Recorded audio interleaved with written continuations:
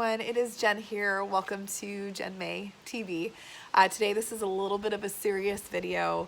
I really want to share just my story and really what worked for me on how to love myself, really how I learned how to love myself. And I think it's so important. It's heavy on my heart because there's so many women out there right now that are just struggling. They're struggling with depression, they're struggling with insecurity, they're struggling with suicidal thoughts, they're struggling with body image, they're struggling with holding in decisions they made like abortion and being raped, and just situations where, you know, that just left scars on their heart, and for years and years and years felt shame and guilt and just sort of in a corner and hidden. And so I'm here today to share my story, to hopefully inspire another woman who's going through something at this moment or in the past has gone through something similar, just to let you know that you are loved, that God loves you, and that there is hope, that there is healing, that you can just really flourish and own and know that love for yourself that God has already given you. I really want to just share my story of what I've been through in my life and just the healing I've gone through, and then just sort of some steps that really worked for me through the process and through the many years of heartache and rejection and pain and pushing people away and just feeling shame and guilt for many things that I should have let go and given to God, and many things that honestly in the moment I didn't know any better, and I was either pressured or I just wanted to be loved. And I think there's so many women out there and so many young girls, teenagers and middle schoolers, like these children, these daughters of the Most High King, are just struggling. They're struggling with these thoughts and this idea of what they're supposed to look like and how they're supposed to be. And in all actuality, we were all created uniquely. We were all created as a masterpiece woven by the Almighty upstairs, the big man upstairs who loves us, and we're his children. And so I have been healed fully from my past, a very hard and difficult past.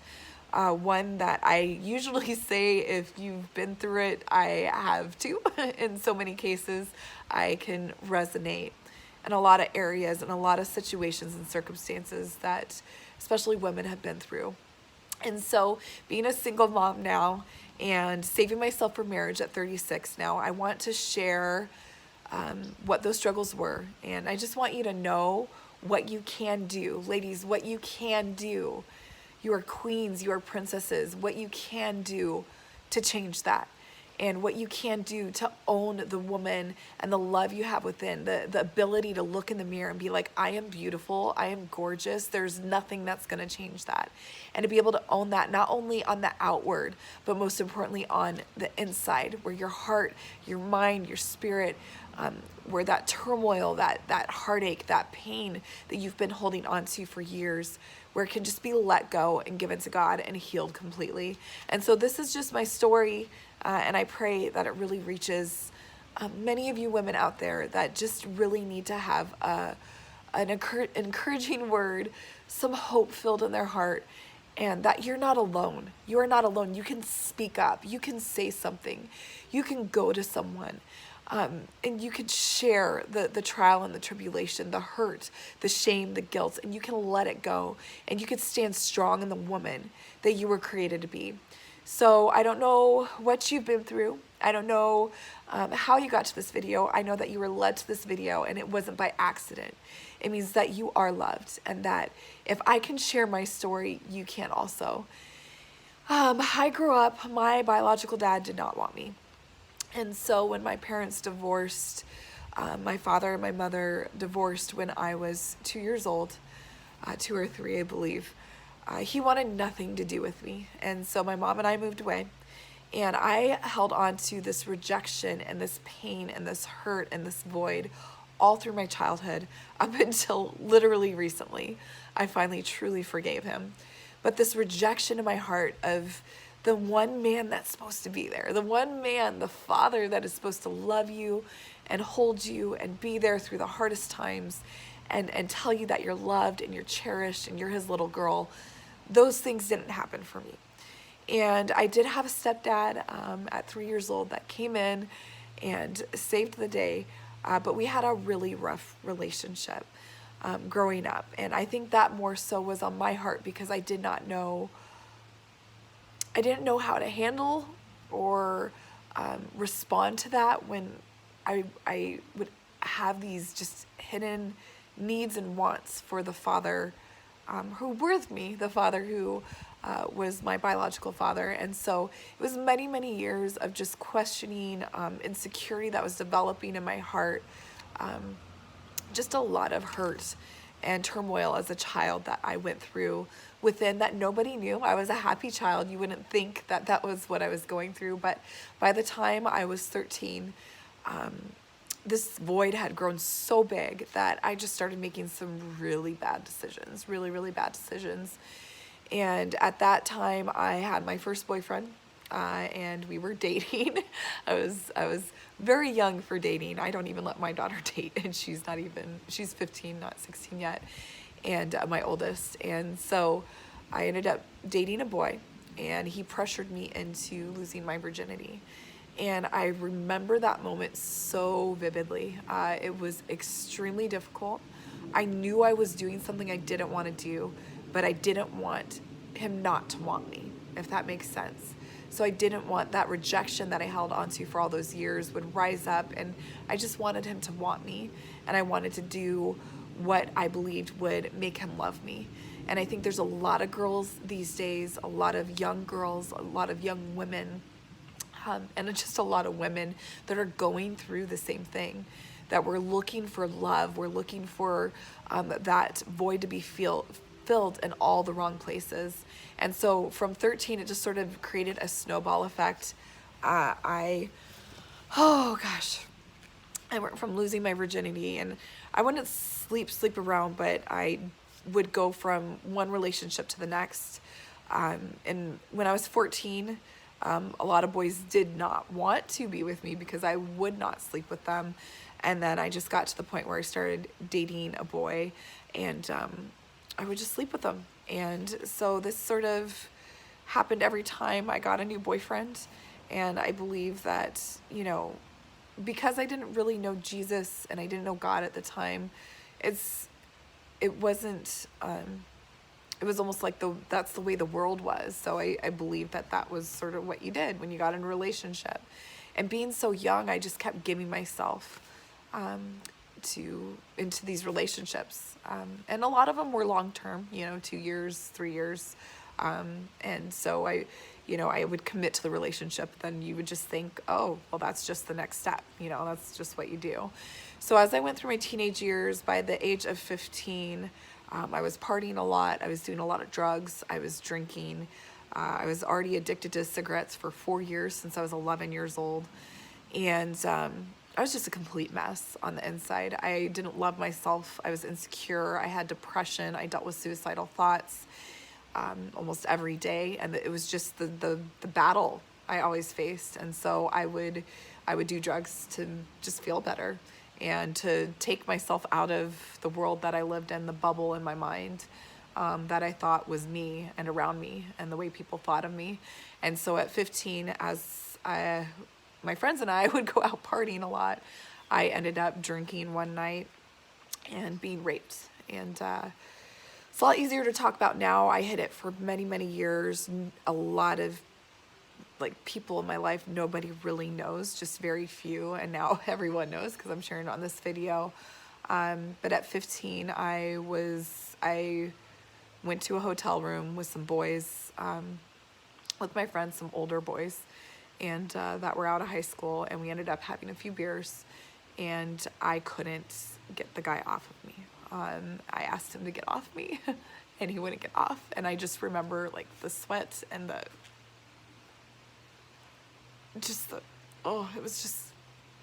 just asked him and asked him and asked him and asked him to please stop, and he wouldn't. And so My friend ran in the room and saved the day. He had locked the door, and she busted open the door and threw a beer bottle at his head. So thank you, best friend, from high school, for doing that. But it was just really, it was something that I thought was my fault. So as we left there, I remember we went back to where we were staying for the night, and my best friend just held me and hugged me all night long. And all I can remember, the thoughts running through my head, was shame, that it was my fault, that I allowed him to do that. And I need to tell, especially the young women out there, that is not true. If you're ever in a position where you are going through or facing the same situation I was, it is not okay for any man, for any boy to ever take advantage of you. If you say no, that means no. And so I spent years and years, I held on to it. She was the only one that knew. No one else knew until literally just a few years ago. And still I haven't told many people. And so I didn't know that that actually impacted my relationships from there on out, but it did. And so I went from that, from partying, getting all crazy, to dropping out of high school, working full time. And I had a boyfriend for 3 years that I ended up moving in with when I was 16. Who became very abusive. And so I went from losing my virginity at 13 to being raped to moving in with a boyfriend at a very young age who started to physically, emotionally, and verbally abuse me. And so there were many moments where I was choked, where pillows were put over my face, head butted. I could go on and on about the stories. But I finally, after 3 years, had the courage. It was 2.5 years, had the courage to walk out. And I remember when I decided to do that, it was back in the days where there was no cell phones, and I was trying to call my mom, and her phone was busy to come pick me up because he had literally put a pillow over my face and strangled me, and I almost died. I almost couldn't, literally, I almost stopped breathing. And so I was walking out of the house, he had deflated my tires, and I went to grab my cat from him, and he had butted me. And I drove away from that apartment with flat tires 2 miles away to where I could get to a payphone and call my mom. And I never looked back at that, but it left so many emotional scars, so many scars on just my worth, on being loved and treated well. And I just had this belief that there were just no good guys out there. Like I just had to settle with whatever was going to be in front of me from there on out. And so I spent a couple years healing. From there, I ended up getting pregnant at a young age, having my daughter at 21. And prior to that, I just would sort of date, here and there and all of that. And then I met the girl's father, and both my daughters, their father, and I ended up getting pregnant at 20 and having my daughter at 21.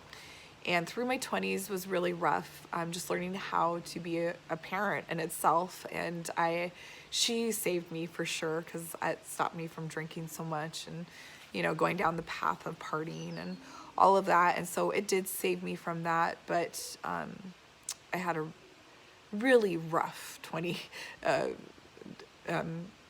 really rough 5 to 8 years in my 20s till about 27, 28. During that time, I became a single mom amidst that time, and since I'm 36 now and in my 20s, and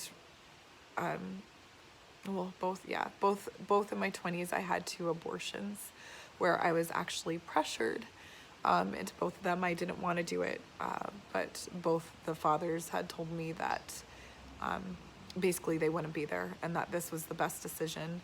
And oh, that feeling.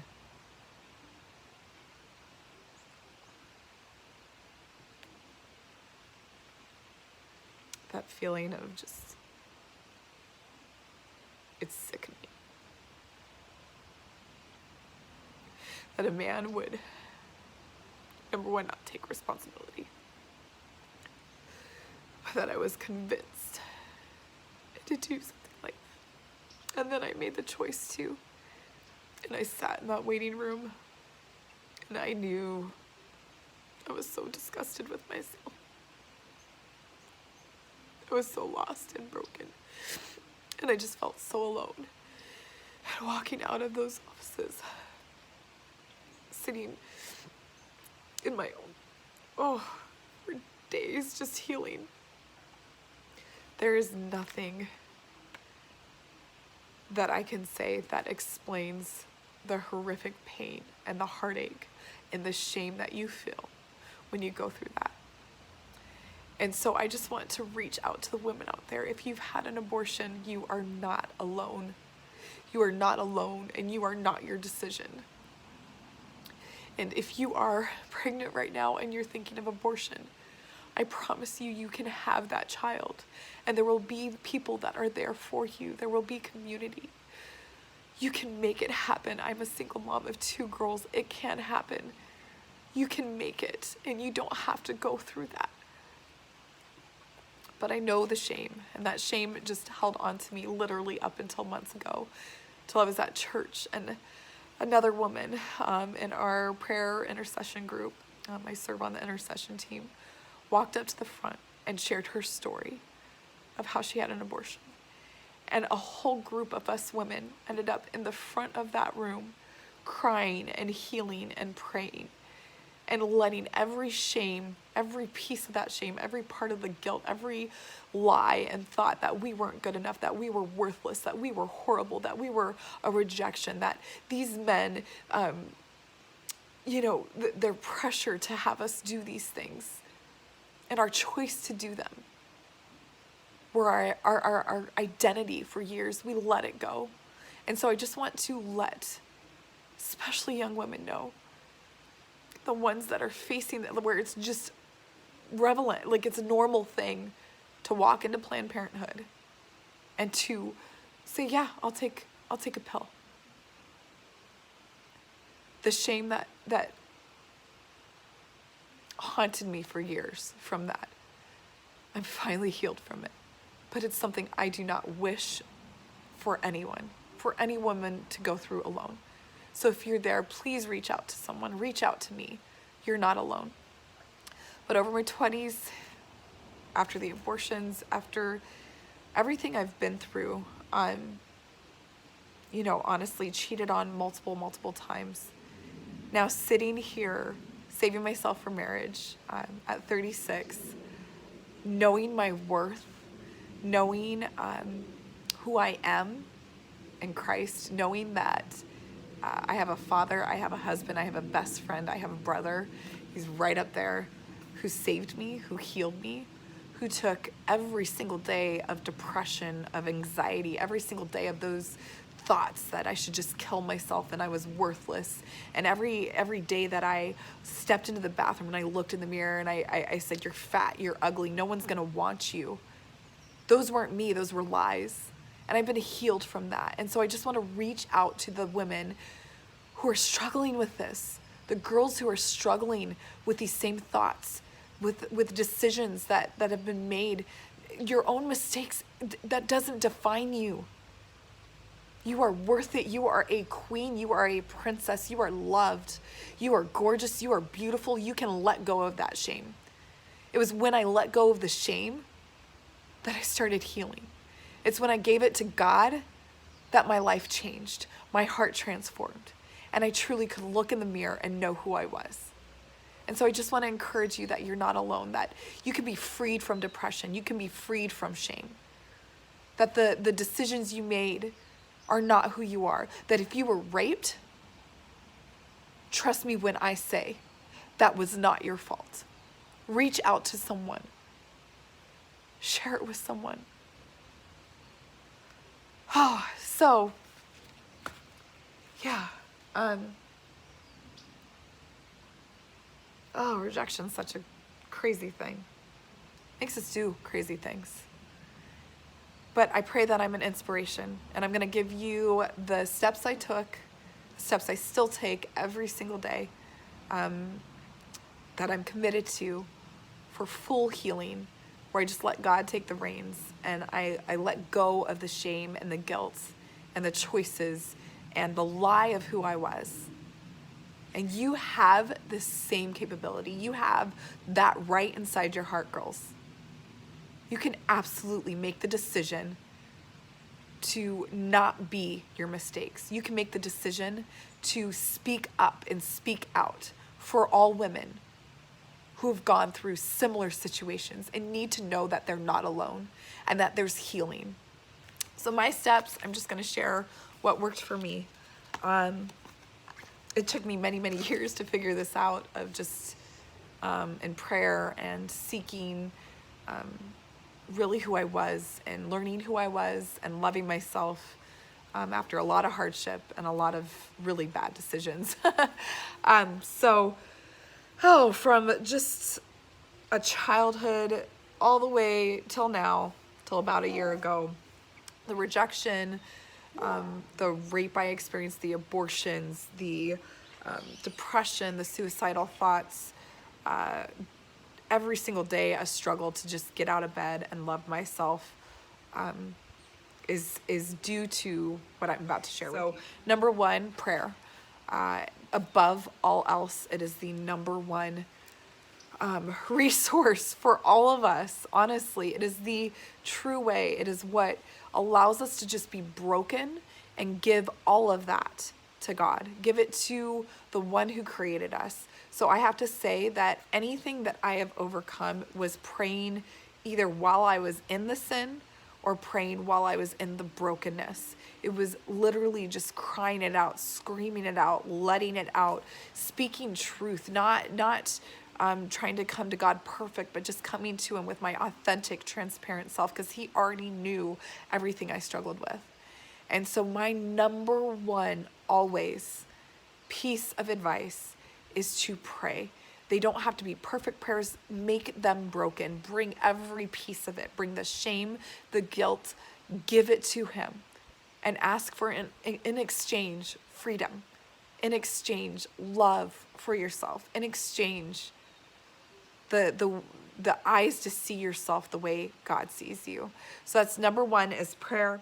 The second way I was able to overcome was to start a journal and write out truly what lies, the negative thoughts that would run through my mind. I would write them out, and then on the other side of my journal, on the piece of paper, I would write out the opposite of that. So I would affirm, so if it was, oh, you are fat, you are ugly.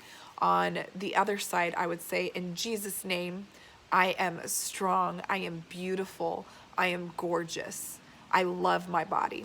And so I would do the opposite. So write out every single lie. Just write it out on the opposite side of the paper. Write out what the actual truth is, which is you are beautiful. You are gorgeous from the inside out. You are loved. You are cherished. You are worthy. You deserve the best. You have standards. And you can stand strong in the woman God created you to be. And you can look in that mirror, and it doesn't matter what size you are, what shape you are.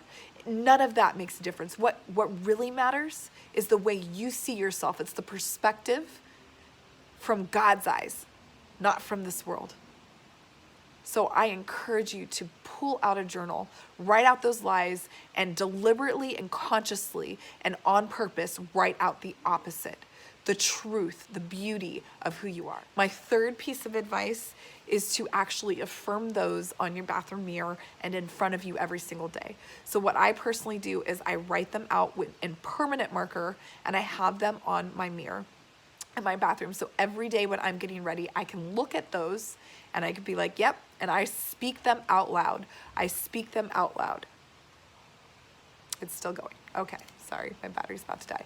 So I speak those out loud to myself, and I look at myself in the mirror. I know it sounds crazy, but you can do it, ladies. You've got this. You have to know your worth. You have to believe it, and the power of death and life is in our tongue, and you need to speak life to yourself. You need to breathe life back into your heart, your mind, and your soul. Your spirit needs to be reminded of who you were created to be, of how you're designed, the masterpiece you are. So that's number 3. Number 4 is what we fill our minds, our hearts, and our spirits with is actually what we become and how we think. And so if you're filling that with just junk, I definitely love Netflix, and I have my certain shows I like to watch. but you need to be certain.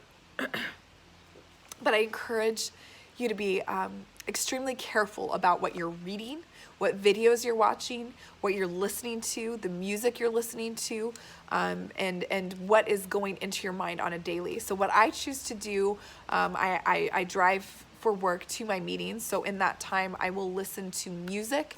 I will listen to videos. I will listen to audios that actually build up my confidence, that speak life into me, that remind me of how beautiful and amazing I am. I also listen to what will create that self-love even more abundantly within myself.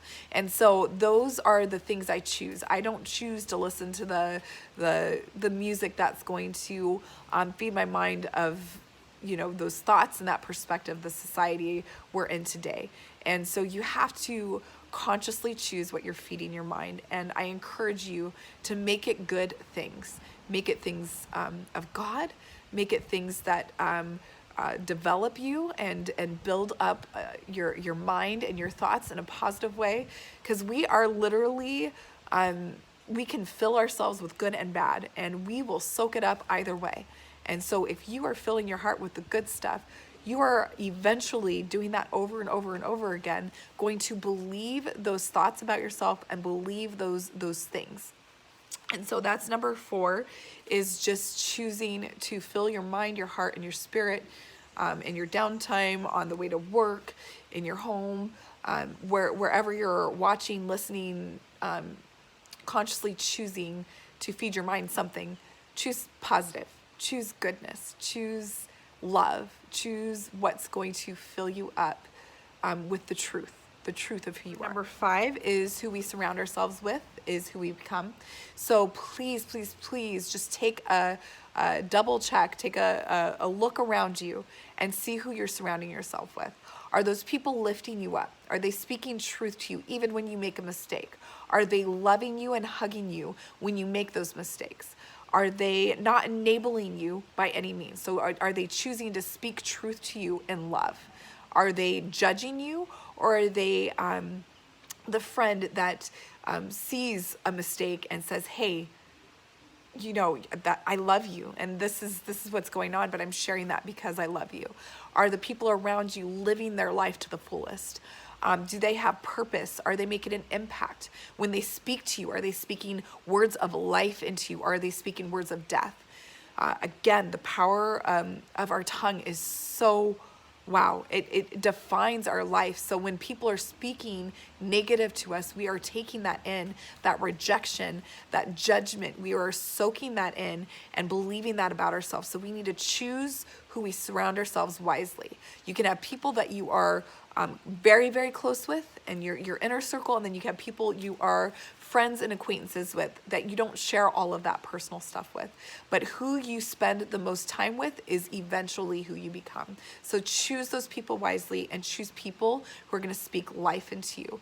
A really good friend doesn't leave your side, and a really good friend doesn't judge you in your worst mistakes. They love you, they don't enable you, but they are there for you in the ways that a friend should be. So loving you no matter what. So just remember that you are not your mistakes, and friends that love you, truly, truly love you, will speak the truth in love and will be there for you through those moments, but they will be an example of really what it is to shine brightly. So just look at the people around you, choose them wisely, and choose them consciously and on purpose. All right, number 6 is courage. Number 6 is courage, doing those desires in your heart, those dreams, those little quirky, those things that set you apart. Those things are what you need to choose to step out in faith in. This builds a confidence in you. So courage develops confidence. So every time we take a baby step or a large step towards a dream or something that other people think is crazy, that's where we develop a confidence and we love ourselves even more. We can look in the mirror and be like, I'm doing that thing. I'm opening that business. I am apologizing to that friend that I hurt those many years ago. I am getting myself in shape because I love myself. So you're going to do the crazy thing. You're going to have the courage to follow through no matter what anyone says around you. And that is going to, again, develop that confidence within yourself where you can look in the mirror and be like, yeah, I got it. I'm brave. I'm bold. And so that is number 7 is honestly the way you eat and exercise are 2 very important parts of the journey to truly loving yourself and learning how to love yourself. It is very true. What we put in our body actually feeds our mind. Physically, like what we're eating feeds our mind, and how we treat our body, it feeds our mind. And so it's so important that you are choosing even 5 to 15 minutes a day to exercise or do something that is going to help, your body just stay energized and in that place where you're doing something to exercise it. And of course, eating right is so important. Whatever that is for you, whatever choice that is, whatever diet that is, it doesn't make a difference. Just choose deliberately what you're putting into your body. And it will definitely help your mindset. You will see a huge difference from eating McDonald's to eating a healthy organic dinner. Number 8 is setting standards. Now that I am saving myself for marriage and have been for over a year and something, it's been amazing. I have this love for myself that I will not settle. And there are standards that we need to have as women so that we are not pressured or pushed into situations that we know our hearts are not ready for, and that we are not making consciously that decision just on our own. So it's so important that you set standards, write them out. What are your standards? I mean, don't make them so above and beyond. Your Prince Charming isn't going to be absolutely perfect. None of us are. But you need to have certain standards.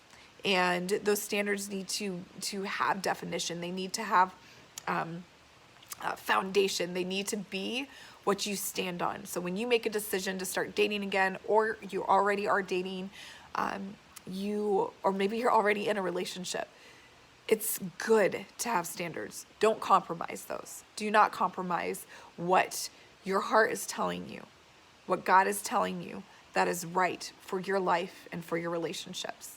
So that is number 8, set standards. And number 9, just to close up on learning how to love yourself, is just take the time to care for yourself. Self-care is extremely important to our minds, our bodies, our spirits, and our hearts. Take that bath, take that bubble bath, read that book, rest. Take a day just to go to the spa, do something that's going to fill you up, and just give you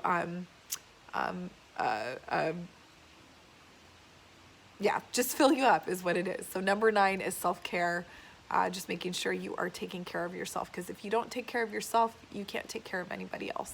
So make sure you're doing that, ladies. So this just closes up my video. I know I'm usually like bubbly and crazy, but I'm really calm this video simply because this is just something that is so important to me.